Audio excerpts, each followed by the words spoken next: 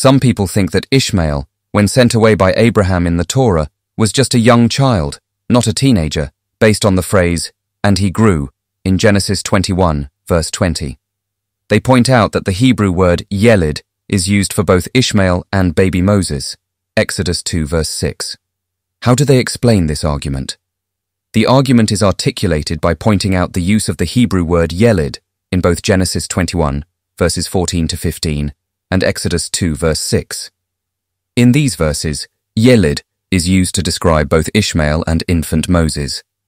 Supporters of the argument claim that since Yelid is used to describe Moses when he was an infant, it should also be understood to mean that Ishmael was still a young child in Genesis 21, verse 20. Additionally, the phrase, "and he grew," in Genesis 21, verse 20, is interpreted by some to imply that Ishmael was still in the process of growing and developing, suggesting a younger age. They argue that if Ishmael were already a teenager or older, it would not be necessary to mention his growth. It should be noted, however, that interpretations of biblical texts can vary, and different scholars or readers may have different understandings of the intended meaning. Here is how the Jewish scribe manipulated Ishmael's story. 1.